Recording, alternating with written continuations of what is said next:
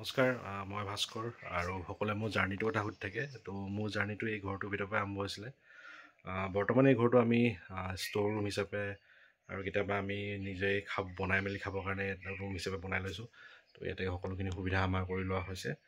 আৰু মোৰ স্কুলৰ জীৱন, মোৰ শৈশৱ বুলি ক'লে বেয়া নহ'ব। তো মোৰ শৈশৱ জীৱন মই এই ঘৰটোৰ ভিতৰতে কটাইছিলোঁ। আৰু পিছফালে বেকগ্ৰাউণ্ডত দেখিছে এখন হনুমান ফটো, এইফালে মটিভেশ্যনেল কোট এটা লিখি থোৱা আছে। আগতে খুব মটিভেশ্যনেল কোট লগাইছিল যাতে নিজে মটিভেটেড হৈ থাকোঁ। তো ইয়াত এইটো আছিলে, এটা থাকি গ'ল, বাকীবিলাক চব এৰি গ'ল।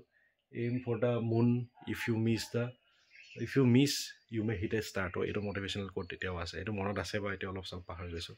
তো এইফালে পঢ়া টেবুলখন আছিলে আৰু পিছফালে আপোনালোকে ভাবিছে যে এইখন কিয় কংক্ৰিট আছে। আগতে বৰষুণ যেতিয়া খুব দিয়ে এইফালে খুব এচাকনি পৰিছিলে, পঢ়া টেবুলখন তিতি যায়।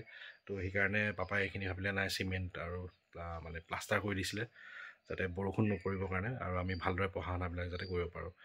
আৰু যদিও পাপাৰ চাকৰিয়াল আছিলে, কিন্তু সেই সময়ত ইমান দৰমহা পোৱা নাছিলে আৰু লগতে ফেমিলি একমাত্ৰ চাকৰিয়াল আছিলে কাৰণে সকলো ফেমিলিকে চাব লাগে। আৰু কিন্তু তেখেতে আমাৰ পঢ়া শুনাক লৈ কেতিয়াও কম্প্ৰমাইজ কৰা নাছিলে, যে ভাল স্কুলত পঢ়াইছিলে যাতে আমি ভাল হ'ব পাৰোঁ আৰু আগুৱাই যাব পাৰোঁ। তো ইয়াত দেখিছে এইটো যথেষ্ট দ আছিলে আৰু ইয়াতে পানীও সোমায় তেতিয়া। আৰু আমি পানী সোমালে আমি বিচনাবিলাকক ইটা দি আমি ওখ কৰি লওঁ।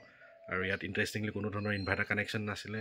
আমি লেমৰ পোহৰতে পঢ়োঁ আৰু গধূলি হোৱাৰ লগে লগে আমি চিমনিটো চফা কৰিবই লাগিব আৰু লগতে লেমৰ ফিটা চিটা আমি ঠিক কৰি পেলাই আমি নিজৰ ৰাতি পঢ়া যোগাৰখিনি কৰি লৈছিলোঁ। আৰু গৰম দিনততো ক'বই নালাগে, বিচনী মাৰি মাৰি পঢ়িব লাগে।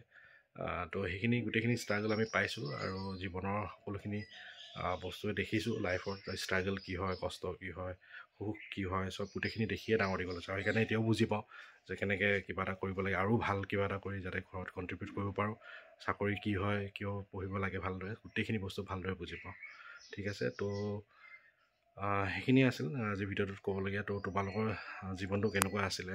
তো আজিকালিতো ল'ৰা ছোৱালীবিলাক বহুত ডিমাণ্ডিং হয় আৰু আমি কেতিয়াও ডিমাণ্ড কৰা নাছিলোঁ এইটো লাগিবই বুলি, কাৰণ আমি গম পাওঁ ঘৰখনৰ কণ্ডিশ্যন কেনেকুৱা কি হয়। আৰু সেইকাৰণে এতিয়ালৈকে যিমান পাৰোঁ নিজে কৰিবৰ কাৰণেই চেষ্টা কৰোঁ, কেতিয়াও ঘৰত খুজিব ট্ৰাই নকৰোঁ।